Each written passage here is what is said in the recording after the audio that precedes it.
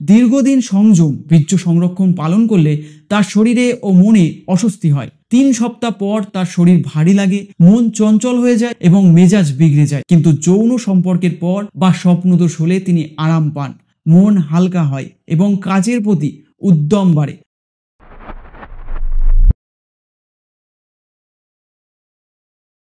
আজকের তরুণ প্রজন্ম এমনকি অনেক প্রাপ্তবয়স্করাও একটি বড় সমস্যার মুখোমুখি হচ্ছেন, সেটি হলো মোবাইল আসক্তি। এই আসক্তির ফলে অনেকেই দিনের অধিকাংশ সময় মোবাইল ফোন ব্যবহার করে কাটিয়ে দিচ্ছেন।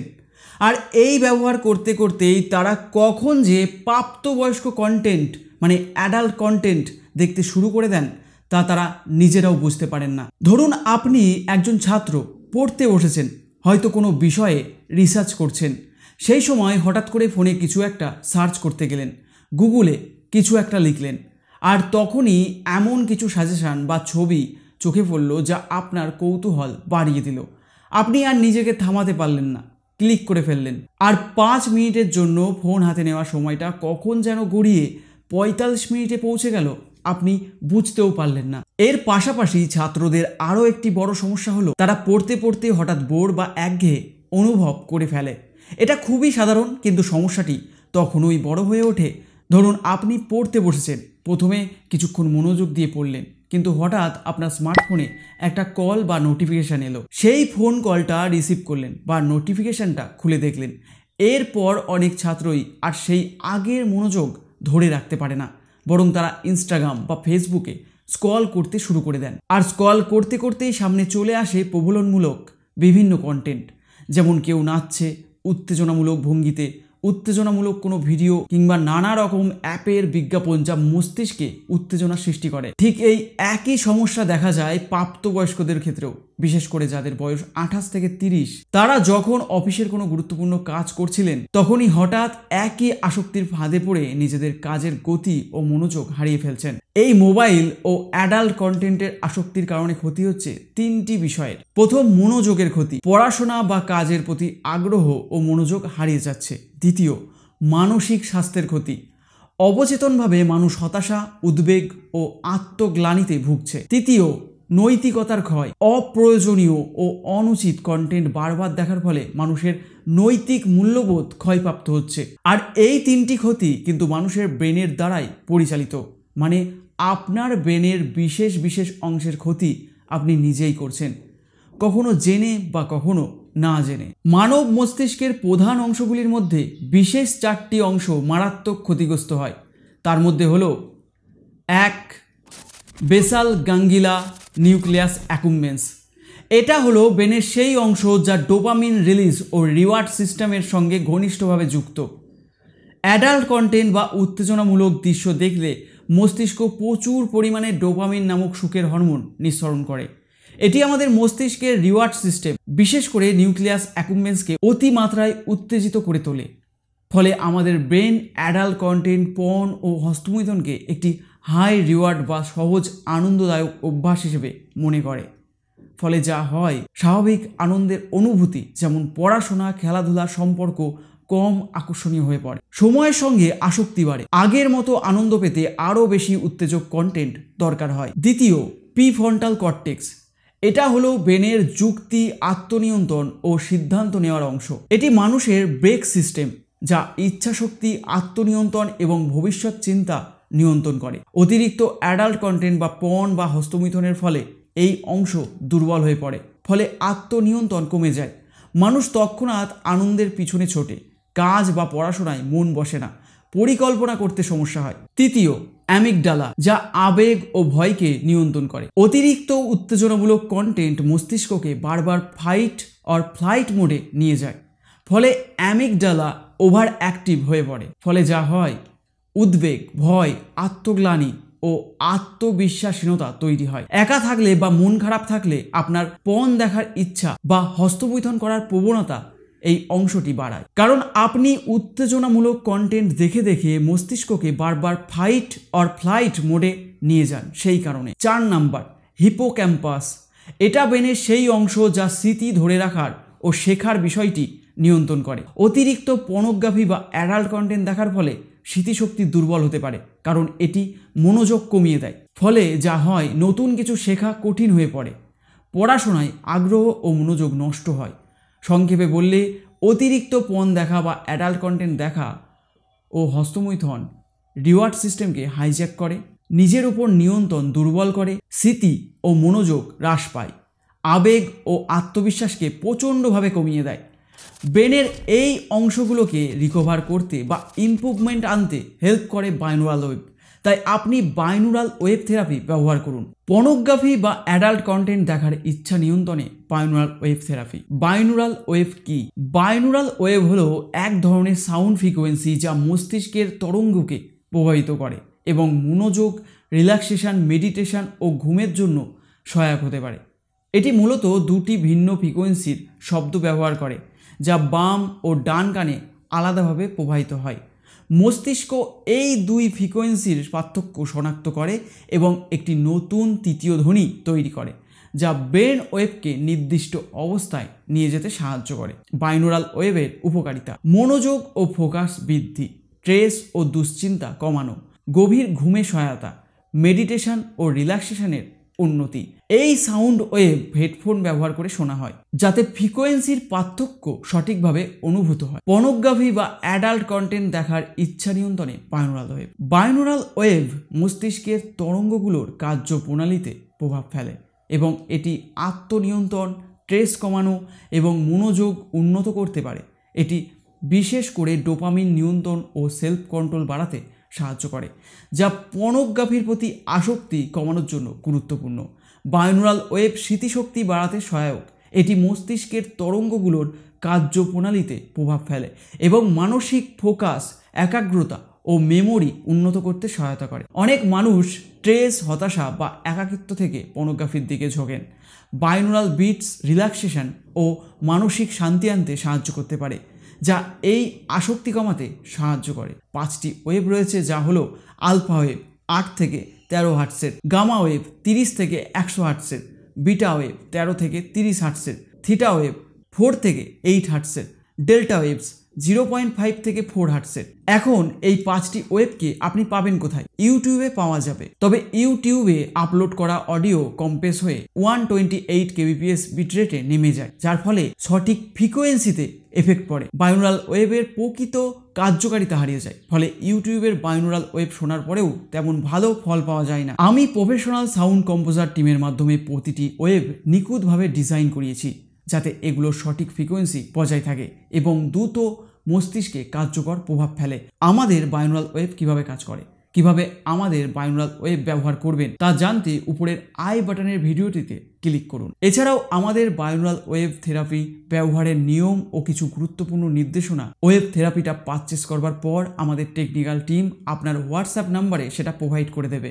আমাদের ডিজাইন করা বাইনোরাল ওয়েভ এখন পাওয়া যাচ্ছে ইন্ডিয়া, বাংলাদেশ, এমনকি সমস্ত দেশ জুড়ে। এই ধরনের ওয়েভ যদি আপনি অ্যাপে কিনতে যান তাহলে 1000 টাকার বেশি খরচ হতে পারে, কিন্তু আমি বিশেষভাবে শিক্ষার্থীদের কথা ভেবে সবচেয়ে কম দামে এটাকে ডিজাইন করিয়েছি। অর্ডার করতে এই নাম্বারে হোয়াটসঅ্যাপ করুন বা ডেসক্রিপশন বক্সে লিঙ্ক রয়েছে, সেখান থেকে চাইলেও আপনি নিতে পারবেন। এছাড়াও প্রতিদিন একবার হস্তমৈথুন করার ইচ্ছে অনেকের মধ্যেই থাকে এবং এটি একেবারে অস্বাভাবিক নয়, বিশেষ করে যদি আপনি তরুণ হন বা সেক্সুয়াল হরমোনের লেভেল তুলনামূলক বেশি থাকে। তবে ঠিক না ভুল সেটা নির্ভর করে কিছু বিষয়ের উপর। ঠিক বা স্বাভাবিক যদি আপনি শারীরিক বা মানসিক দুর্বলতা অনুভব করছেন না, এটি আপনার কাজ, পড়াশোনা বা সামাজিক জীবনে ব্যাঘাত করছে না, আপনি অপরাধ বোধ, গিল্টি ফিলিং বা হতাশায় ভুগছেন না, আপনি শুধু সময় কাটানোর বা বোরিংনেসকে কাটানোর জন্য এটি করছেন না, আপনার সেক্সুয়াল জীবন ও আসল সম্পর্কগুলোতে কোনো নেগেটিভ প্রভাব পড়ছে না। সমস্যাজনক তখন যদি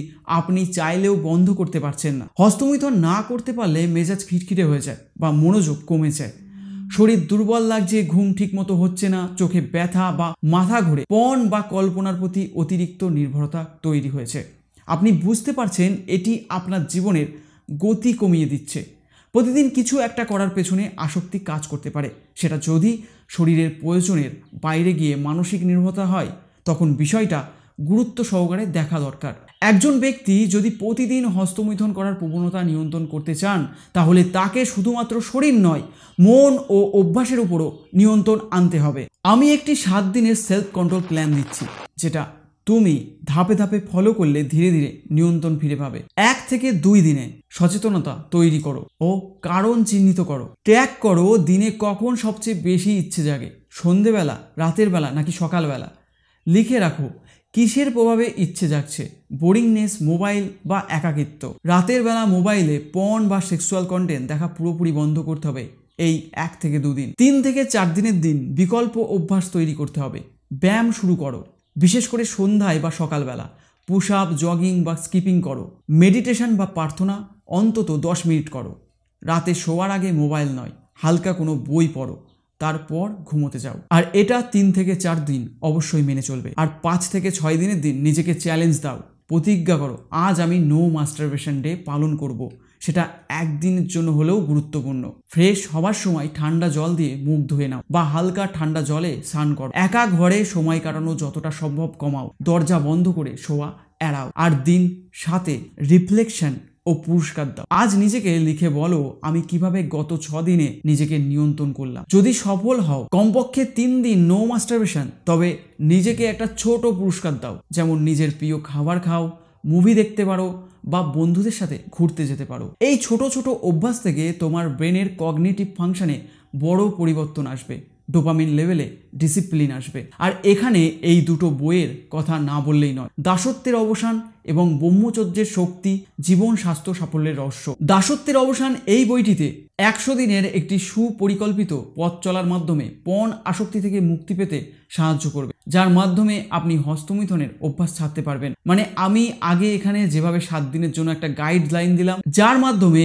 আপনি হস্তমিথন বা পণের প্রতি আসক্তির অভ্যাসটাকে ছাড়তে পারবেন। এই বইটির মধ্যে রয়েছে সঠিক দিক নির্দেশনা ও বাস্তবসম্মত পরিকল্পনা, মানসিক শক্তি গঠনের কৌশল, আসক্তি কাটিয়ে ওঠার কার্যকরী পদ্ধতি, অনুপ্রেরণামূলক বাস্তব অভিজ্ঞতা। তার সাথে এখানে রয়েছে বাস্তব সমস্যা নিয়ে প্রশ্ন ও তার সমাধান রয়েছে এটাতে। যে সমস্যা নিয়ে প্রশ্নের উত্তর দেয়া রয়েছে এই বইটিতে, তার ছবি আপনার স্ক্রিনে দেখতে পাচ্ছেন। ভিডিওটাকে পজ করে আপনি প্রশ্নগুলো দেখতে পারেন। আর ব্রহ্মচর্য, শক্তি, জীবন স্বাস্থ্য ও সাফল্যের রহস্য একটি অসাধারণ বই। এই বইটা প্রত্যেকটা স্টুডেন্ট, এমনকি তাদের অভিভাবকদেরও এই বইটি পড়ার জন্য আমি অনুরোধ করব। এই বইটি ব্রহ্মচর্যের গুরুত্ব ও সংযমের শক্তি নিয়ে লেখা। এটি ব্যক্তি জীবনের শৃঙ্খলা, আত্মনিয়ন্ত্রণ ও জীবন শক্তির সংরক্ষণ সম্পর্কে বিস্তারিত আলোচনা করে। এই বইটি বিশেষ, তার মধ্যে থেকে আমি মাত্র 3টি পেজ পড়ছি, তাহলেই আপনি ধারণা করতে পারবেন এই বইটি আপনার জন্য কতটা উপযুক্ত হতে পারে। এখানে বলা হচ্ছে সংযম কেন প্রয়োজন।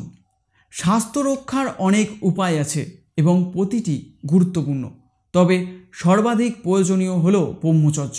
বিশুদ্ধ বায়ু, নির্মল জল এবং পুষ্টিকর খাদ্য আমাদের সুস্থ থাকতে সাহায্য করে। কিন্তু যদি আমরা শক্তি সঞ্চয় করেও তা অপচয় করি, তাহলে সুস্থ থাকা সম্ভব নয়। যেমন উপার্জিত অর্থ যদি খরচ করে ফেলা হয়, তাহলে দরিদ্রতা আসবেই। তেমনি যদি ব্রহ্মচর্য বজায় না রাখা হয়, তাহলে নর নারী কখনো বলবান হতে পারবে না। ব্রহ্মচর্য কি? ব্রহ্মচর্যের অর্থ হলো সংযম। এর মূল শিক্ষা হলো নর ও নারী পরস্পরের প্রতি কাম চিন্তা থেকে বিরত থাকবে। তারা কাম প্রবৃত্তির সাথে একে অপরকে স্পর্শ করবে না, স্বপ্নেও এই ধরনের চিন্তার জায়গা দেবে না। তাদের দৃষ্টি হবে সম্পূর্ণ কাম গন্ধহীন। ভগবান আমাদের যে গুপ্ত শক্তি দিয়েছেন তা নিয়ন্ত্রণে রেখে সংযমের মাধ্যমে শারীরিক, মানসিক ও আত্মিক শক্তি বৃদ্ধি করা সম্ভব। এজন্য কঠোর নিয়মানুবর্তিতার প্রয়োজন। সংযম রক্ষা করলে আমরা সত্যিকারের বলবান ও শক্তিশালী হতে পারি। কিন্তু আমরা চারপাশে কি দেখছি? নর নারী, যুবক বৃদ্ধ প্রায় সবাই কামাদ্য হয়ে চন্দিত সেবায়, কাম চিন্তায় লিপ্ত। এর ফলে ন্যায় অন্যায় বোধ হারিয়ে ফেলেছে। এর মারাত্মক প্রভাব আমরা চারপাশে স্পষ্ট দেখতে পাই। ছাত্রছাত্রীরা পাগলের মতো আচরণ করে। আমিও এই একই প্রভাবের শিকার হয়েছি এবং তখন এর বিকল্প পথও ছিল না। আমরা কঠোর পরিশ্রমে সঞ্চিত শক্তি সামান্য সুখের জন্য মুহূর্তেই বিসর্জন দিই। পরে মোহ কেটে গেলে আমাদের অবস্থা শোচনীয় হয়ে যায়। শারীরিক ও মানসিক ক্ষতি।